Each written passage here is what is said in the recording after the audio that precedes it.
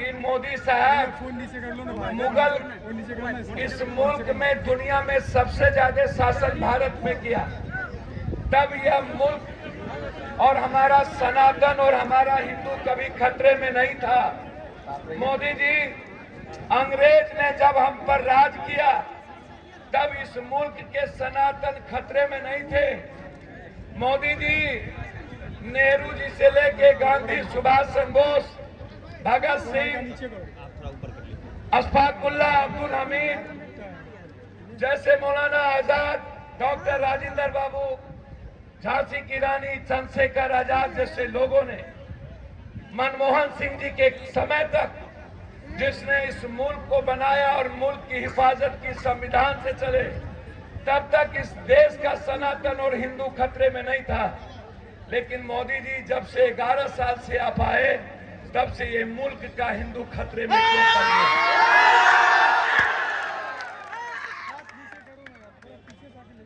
मैं हमारे भाई, एक मिनट, मैं 2-3 बात कहना चाहता हूं, आप समझिए। नफरत इन्हें मुसलमान से नहीं है, नफरत इन्हें इस देश के हर गरीब से है, चाहे वो दलित हो, चाहे वो एसटी हो, चाहे वो ईबीसी हो। और मैं आपको बता दूं, इस्लाम कब आए और बौद्ध धर्म कब आया, और बौद्ध धर्म आने के पीछे इस्लाम नहीं था। वह मुल्क के गरीबों पर जब जुल्म हुआ, मुल्क के इंसानियत पे जब जुल्म हुआ, मुल्क बनाने वाले मूलवासी, आदिवासी और गरीब पर जब उसकी संस्कृति पर, उसके जीने के तरीके पर, उनके जीने के अधिकार पर जब हमला हुआ, तब एक विचारधारा इस दुनिया में आई जिन्होंने शंकराचार्य से लेकर के एक ऐसी विचारधारा का खिलाफत किया जो मनुस्मृति को जिंदा रख के इस मुल्क के बनाने वाले लोगों को मिटाना चाहते थे। तब बौद्ध आए, तब इस्लाम नहीं था, और इस्लाम ने कोई विरोध नहीं किया था। बौद्ध के बाद इस्लाम आए। आपका जुल्म कब बढ़ा? इस मुल्क के इंसानियत पर हमला कब हुई? इस्लाम के पहले। इस्लाम ने इस दुनिया में जब आए तो उन्होंने भी एक रास्ता दिया इस मुल्क को, इस दुनिया को जीने का, इंसानियत को पैगाम दिया। जब जुल्म बढ़े थे तब जाकर के इस्लाम आए और उन्होंने पूरी दुनिया के उन जुल्मों के खिलाफ मोहब्बत का रास्ता देकर इंसानियत को जीने का अधिकार दिया। आपसे मैं एक बात बता देना चाहता हूं। अभी हमारे कोई मित्र कह रहे थे, मैं आपको 2-3 बात वाकया बता दूं। एक बड़ा वाकया, जब ये कोरोना के समय जमात के खिलाफ इन्होंने नफरत पैदा करने की कोशिश की, साद के खिलाफ इन्होंने एक सवाल खड़ा किया।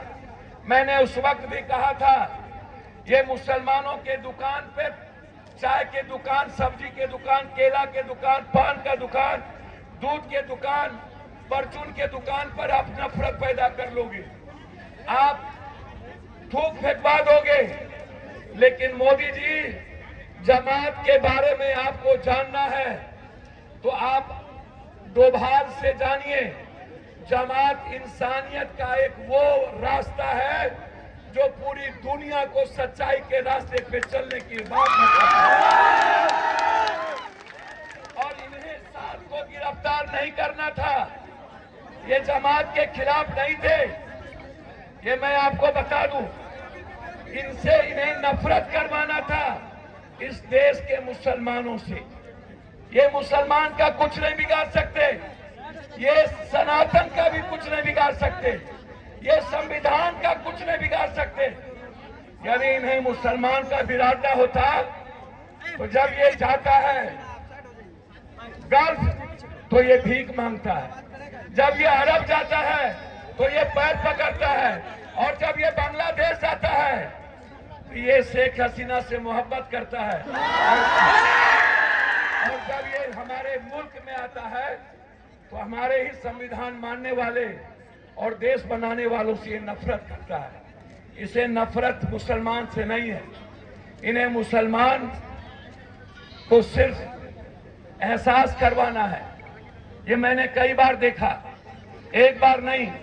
जब ये बात करता है पसमानदा और पिछड़ों की, मैंने इनसे पूछा, यदि आप पसमानदा और पिछड़ों की बात करते हो तो आप मुझे एक बात बताओ, आप जब कह रहे थे बटोगे तो कटोगे, आप उसमें लिख देते शेख सैयद पठान खान को छोड़ के जो मुसलमान है वो, उस पर मैं ये बात नहीं कर रहा हूं। जब आप इस मुल्क में सब्सिडी मुसलमान का खत्म कर रहे थे तो आप लिख देते शेख सैयद पठान खान को छोड़कर, हम इस मुसलमान की बात नहीं कर रहे हैं।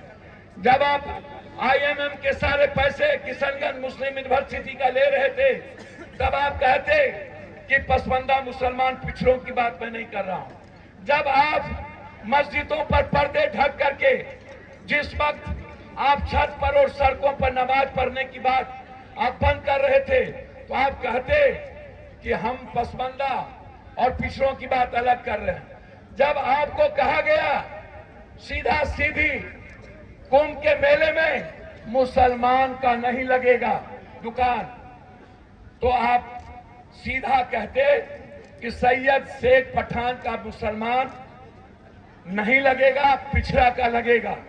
तब आपको याद नहीं आई, आपको याद नहीं आया कब्रिस्तान और शमशान के वक्त, आपको याद नहीं आया NRC के वक्त, आपको याद नहीं आया तलाक के वक्त, आपको नहीं आया याद जब आप इस मुल्क में वक्त की बात कर रहे थे। ये वक्त क्या है? मैंने कई बार कहा, आपको ये समझना पड़ेगा, आवाज जौरत है। मैं इस मुल्क के, हिंदुस्तान के मुसलमानों से दो बात कहना चाहूंगा। आप हाथ में संविधान रखो, आप दलितों के घर जाओ, आप गरीबों से प्यार करो और पप्पू यादव को वक्त की लड़ाई लड़ने दो। कहना चाहूंगा मुसलमान भाइयों से, सदन में कई ठो मुसलमान MP है, 233 मुसलमान गैर मुसलमान MP ने वक्त के पक्ष में वोट डाला है। इस देश का अधिक भाग, अधिक संख्या जो मोहब्बत करते हैं संविधान से, वो वक्त के बिल के खिलाफ खड़ा है। आप ही नहीं, इस मुल्क का एक एक लोग खिलाफ में खड़े हैं। इस मुल्क के लोग नफरत नहीं चाहते हैं। इसीलिए मैं आपसे कहने आया हूं, आप उसकी चिंता मत करिए।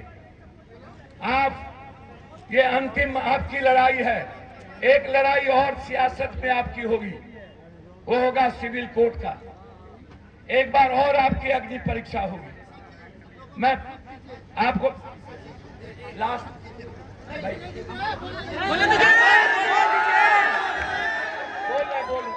बोलने दीजिए, आप PM की चिंता मत करिए।